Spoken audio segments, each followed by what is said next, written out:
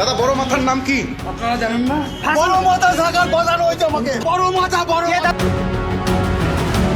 তৃণমূল নেতা খুনে গ্রেফতার তৃণমূল নেতা।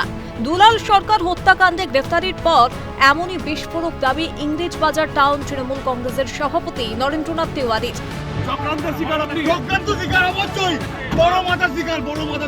নরেন্দ্রনাথ তিওয়ারিকে কে ফাঁসালো? কে সেই বড় মাথা?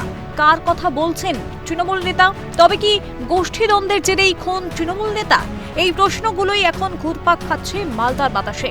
আসল চক্রান্তকারীদের নাম একে একে সামনে আসবে। পুলিশ প্রশাসনের উপর আস্থা রেখেই মন্তব্য নিহত কাউন্সিলরের স্ত্রী চৈতালি ঘোষ সরকারের।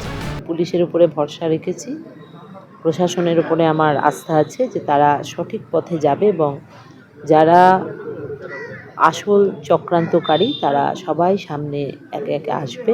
এর আগেও দলের দিকেই নিশানা ছিল নিহত তৃণমূল কাউন্সিলরের স্ত্রী চৈতালি ঘোষ সরকারের। তার অভিযোগেই শিলমোহর। 2022-এর পুরো ভোটে টিকিট না পাওয়ায় নাকি রাগে ফুঁসছিলেন নরেন্দ্রনাথ তিওয়ারি, এমনটাই দাবি তৃণমূল নেতৃত্বের। তবে কি সেই রাগেরই বহিঃপ্রকাশ? তো নরেন্দ্রনাথ তিওয়ারি ভেবেছে ঝলঝলিয়াটা কন্ট্রোল করবে, ঝামেলা করবে। দুলাল সরকার যেহেতু কাউন্সিলর হয়ে গেছে, ওকে এবার টিকিট দেয়নি পার্টি, সেই হিসাবে ওর রাগ বুঝছিল এবং আফটার ইলেকশন মিউনিসিপ্যাল ইলেকশনে ও দুলাল সরকারের সঙ্গে ঝামেলা করেছিল।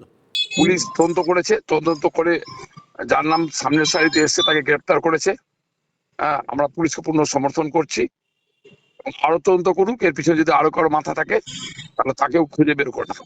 দুলাল সরকারের গ্রেফতারিতে শুরু রাজনৈতিক দরজা। এলাকায় রমরমিয়ে চলছে প্রমোটার রাজ।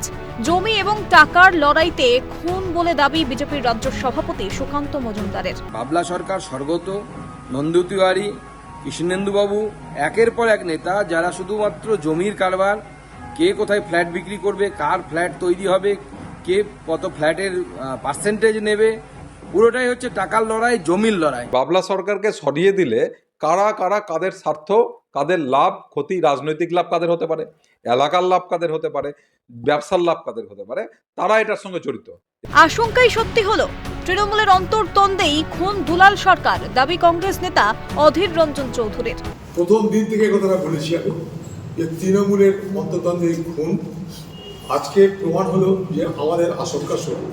আমরা জাস্টিস চাই, আমরা চাই যত তাড়াতাড়ি সম্ভব যে করেছে, যে সে যাই হোক, সে রাজনীতির লোক হোক বা সে যে কোনো লোকই হোক, যাতে ধরা পড়ে।